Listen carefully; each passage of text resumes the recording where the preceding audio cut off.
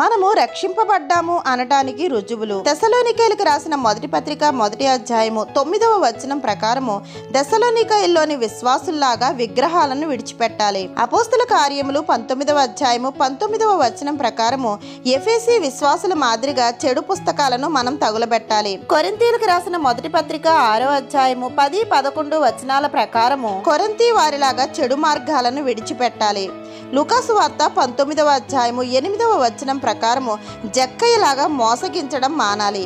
తిమోతికి రాసిన మొదటి పత్రిక 1వ అధ్యాయము 13వ వచనం ప్రకారము సౌలులాగా హింసించడం మానేయాలి. కొలస్సీలకు రాసిన పత్రిక 1వ అధ్యాయము 21వ వచనం ప్రకారము కొలస్సీ విశ్వాసుల్లాగా దేవునితో ఉండిన విరోధ భావం పోగొట్టుకొని దేవునితో సమాధాన పడాలి.